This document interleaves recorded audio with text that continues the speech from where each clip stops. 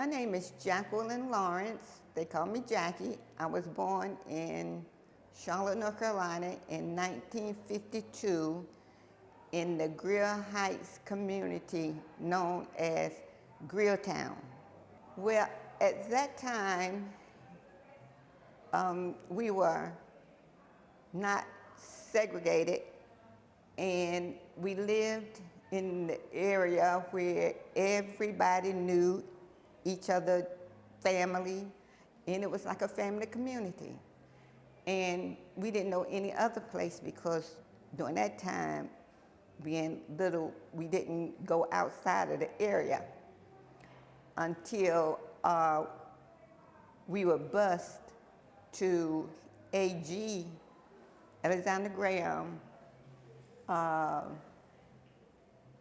forgot what year, but we were shocked to see that we lived in an area that was very poor and going into a rich neighborhood and a rich school that had a lot to offer, that we were shocked.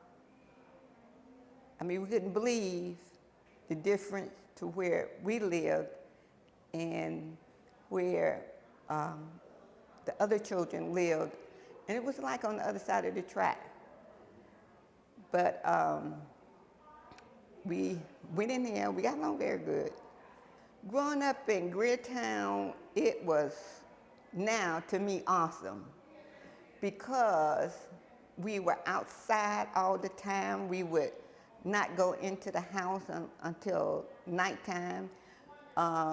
We ate kind of like breakfast and lunch outside because we would go into the neighborhood gardens of different neighbors, and sometimes they had apple trees, plum trees, and that's what we ate. So we never went into the house. We played all day outside, and we knew everybody. Everybody mother knew everybody's child. So if you got in trouble, that person could spank you and make you go home. Or that person would yell up the street to your mama, and when you got there, you get another spanking.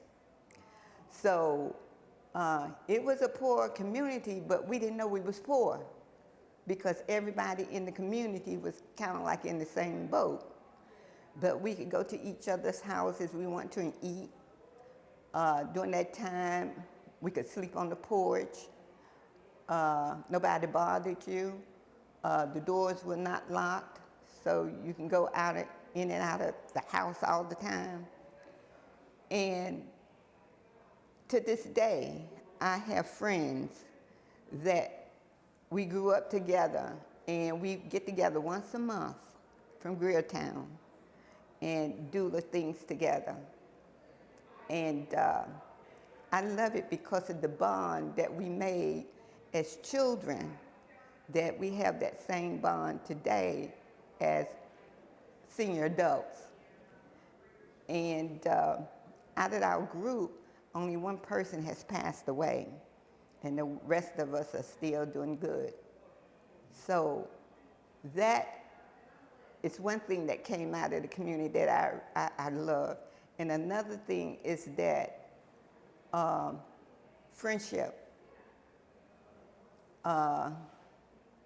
If you see me in the street, if somebody say, "Hey, Jackie Lawrence," I know they're from Greertown, because when we greeted each other, we always say the first and the last name. And I don't know where that came from, but if somebody call you by your first and last name, you know automatically that they are from Greertown. We used to run around and play softball. We went to Billingsville Elementary School, and all our teachers were black. And I remember about my teachers, they would discipline you. I mean, if you act up in school, you were sent to the principal, and then the principal called your mama, and then you got another beating when you got home for acting up in school. I I was sent to the principal one time, and I remember that big red paddle, and I never went again. But I remember my elementary school, and I remember that when President Kennedy died, I was in 6th grade, and that building is still there as of today.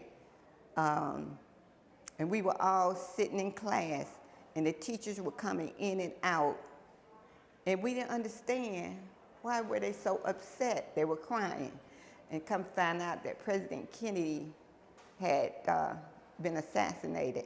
And that's another memory that I would never forget from my childhood. And we all, at that time, didn't understand what was happening. And the teachers, they explained it to us as much as they could. But now I see why the reactions were so deep and why they were crying, because of how they felt.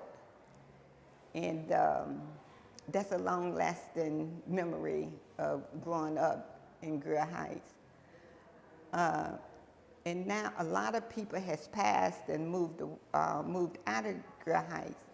The other day, my sister and I rode around just to see some of the things that if some of the things were still there, and our school is still there, and some of the old houses are there, but they build it up. Pretty soon you're not going to recognize the community. My sisters and brothers, we used to get together and play softball. And that was one thing that occupied our day a lot, because we would stay out playing just softball with a stick and a ball. And we thought that was awesome. Then they had this place that's called the Big Boy Hole right there. And I always remember this, that we used to go and we had a tire tied to the tree, and we would swing out over the Big Boy Hole and play in the water. That was our swimming pool. And I remember telling the kids in my class about the story of the Big Boy Hole in Greertown. And one little girl came back and said, "Miss Lawrence, my grandma know about the Big Boy Hole." I said, "She does?" She said, "My grandma used to live in Greertown, and she told us how y'all used to go down there and play." I said, "Oh, wow." And I was explaining to them about how we used to have fun doing things besides being on the computer. And so things like that, make me feel so proud, because I could share stories of when I grew up with the kids in my class, and I used to make up stories. But the stories was about my childhood. And if you ever heard of Jackie Torrance, who used to tell Jack's Tale stories, well, I kind of try to base the stories off of her Jack Tale stories, and I used to tell the kids in my class about things that I did when I was a little girl, but they were true stories. And I remember walking up the railroad tracks, and I couldn't believe how far we used to walk to pick blackberries.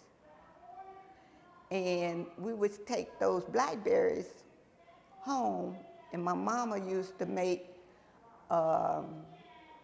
blackberries and peaches and anything that we found. She used to can them. And during the wintertime, that's what we had to eat. And we had like a little cabinet, a little closet full of nothing but canned food. that she had canned for the winter months.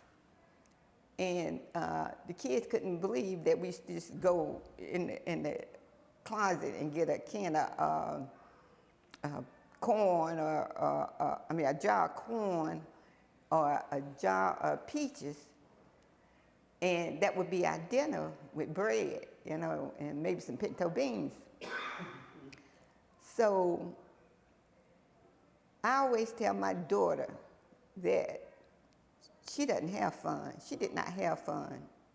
We had fun when we was coming up because we were so free to be a child that we could explore and create and use our imaginations because, we used to take the Coca-Cola bottle and make our baby dolls out of it. And that's how we played house with those Coca-Cola bottles in that yarn. And we used to twist it for hair.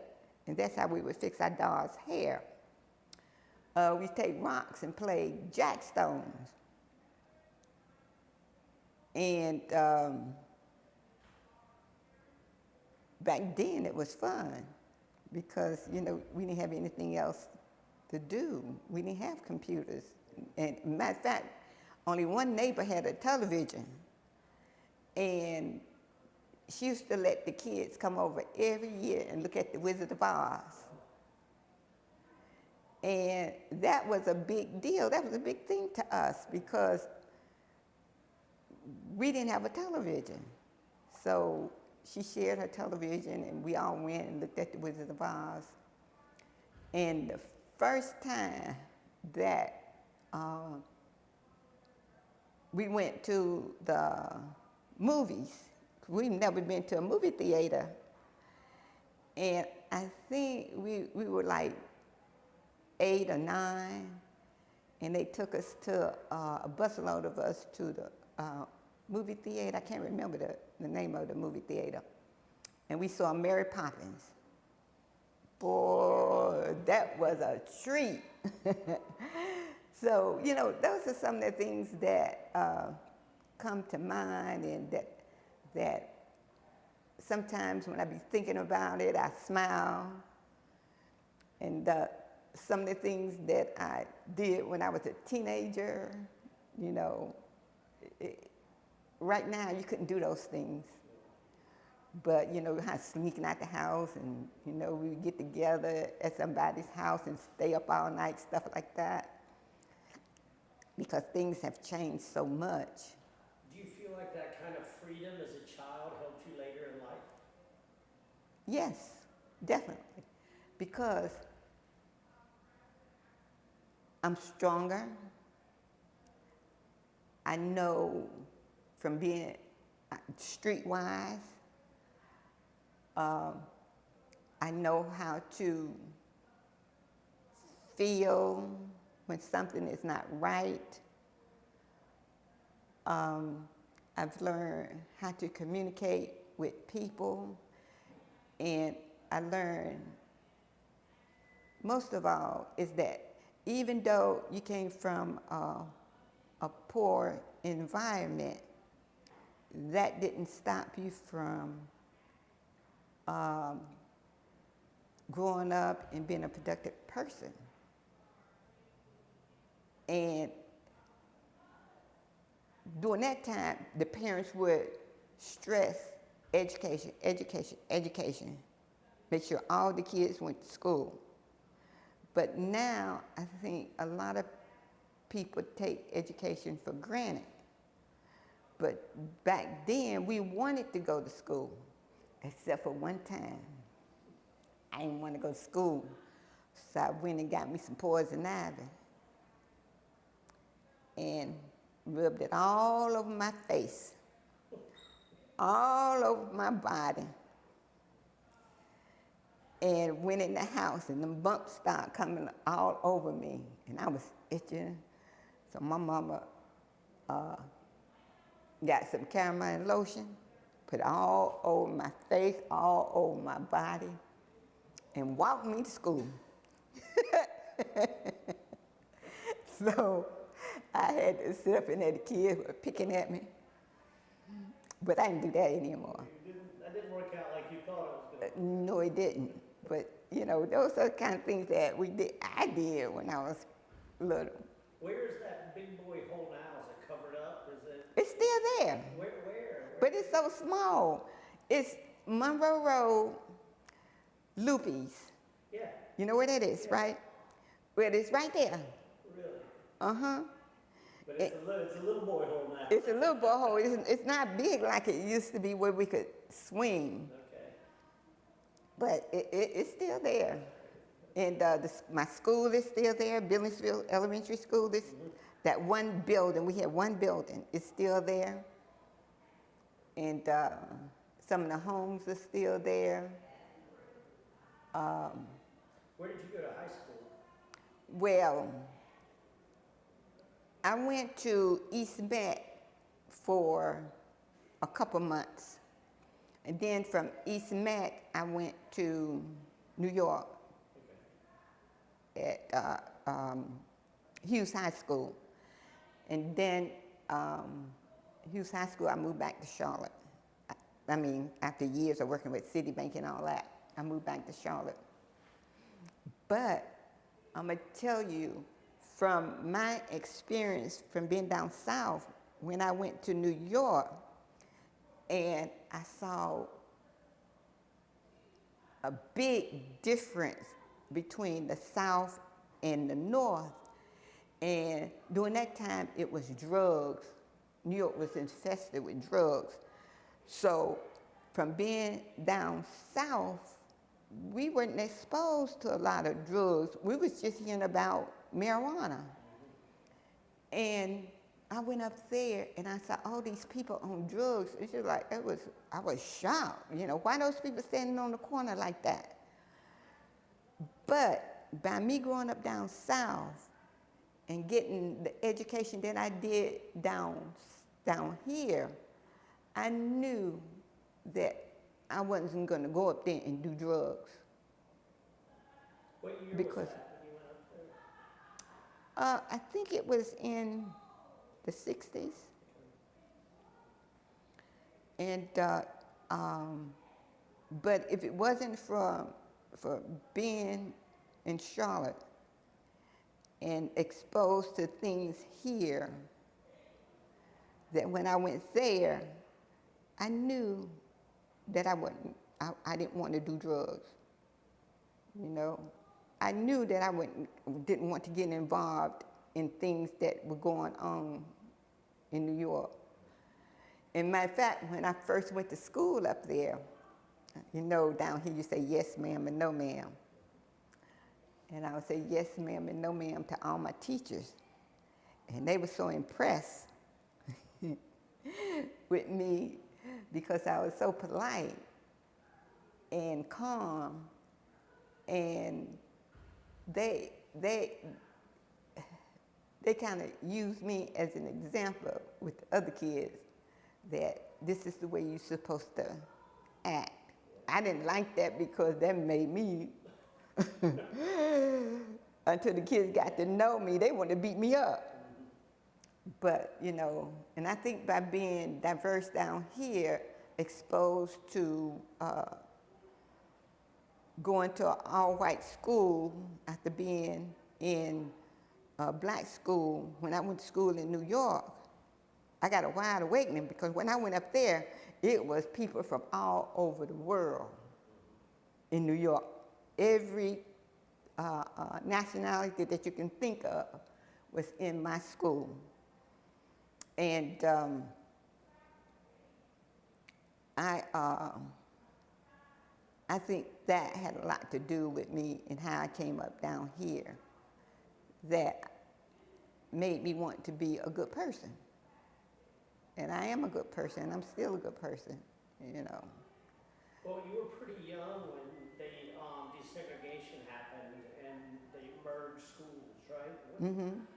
What was that like for you? Was it scary for you, or were you glad? What was that like?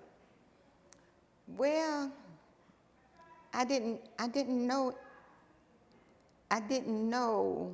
The only white person I saw was our mailman.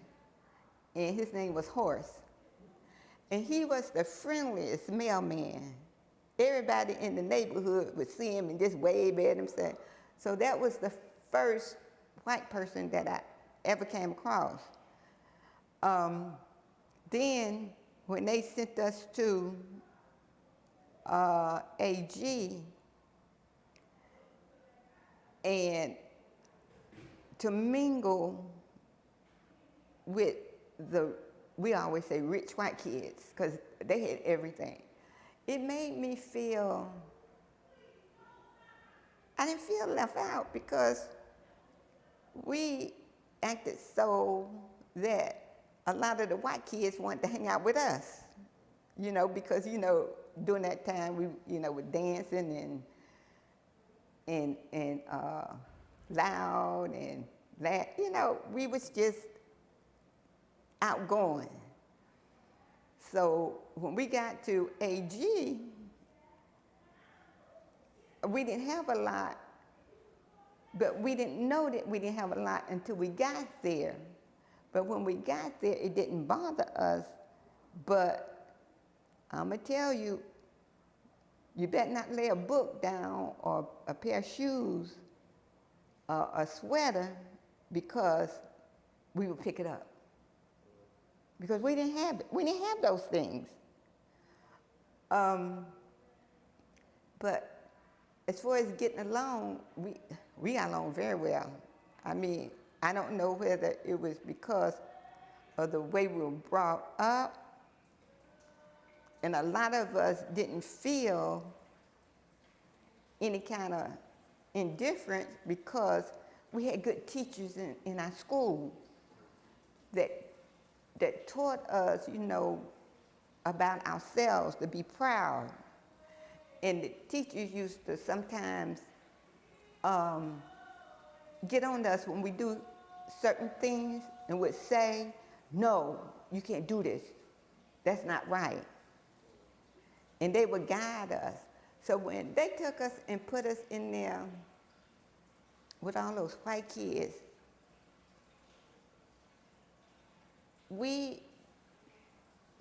it's like we just had each other. And a lot of teachers, it was prejudice. They were prejudiced now. But it was prejudice, but that was during the time of Black Power. And we went in there being proud. So it didn't matter what anybody said. We knew who we were. And like I said, when we started mingling and the white kids started being around us, then they wanted to be around us. And they would say, hey, Jackie, hey, because, that's the way we were brought up in our black school. What about music? What was music like? Was it a part of y'all's life? A lot? Yeah, music. We loved, I remember AG had this little area where the kids used to go out and smoke. Was that AG? Oh, East. I can't remember, but we used to gather out there and play music and dance. So the white kids wanted to dance too,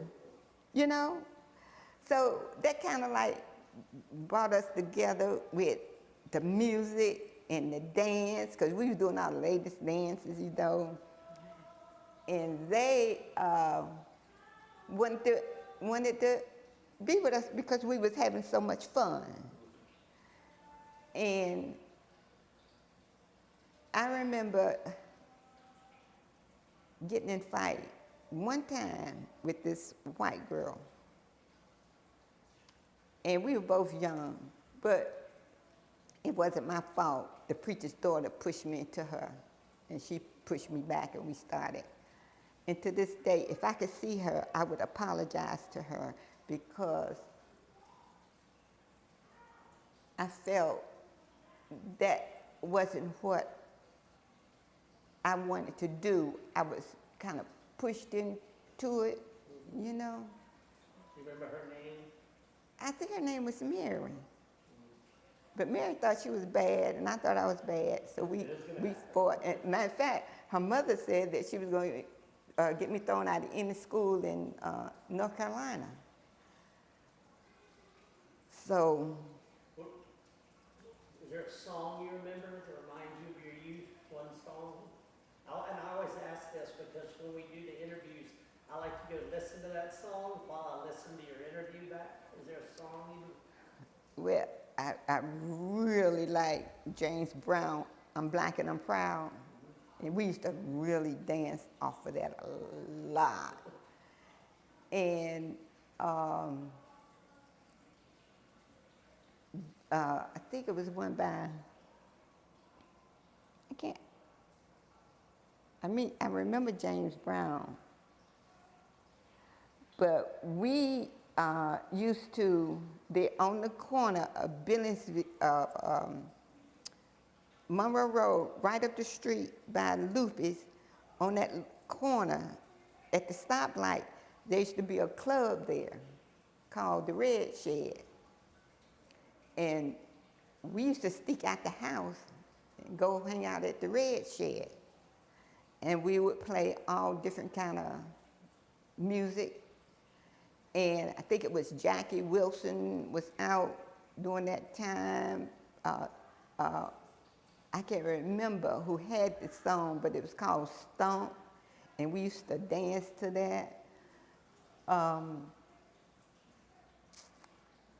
Wilson Pickett had a song out that we danced to, Sam Cooke,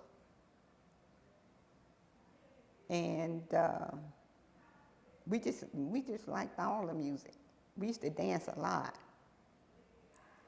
And even when we snuck out the house and go stand on the corner, we always had music. So music was a big part of us growing up. And somebody had a radio that we listened to.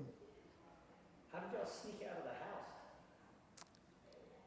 Well, we used to go through the window, the bedroom, we go to bed, and then go through the bedroom window and sneak out. Or we used to tell our parents that we were staying at somebody's house. I used to do that. And used to sneak out from there. And I remember Gene Potts, who used to be the radio, what's his name? Potts, Gene Potts, I think that was his name. Used to be the DJ at WBLI radio station, the only black radio station. He used to see us out and he used to say, "How old are you?"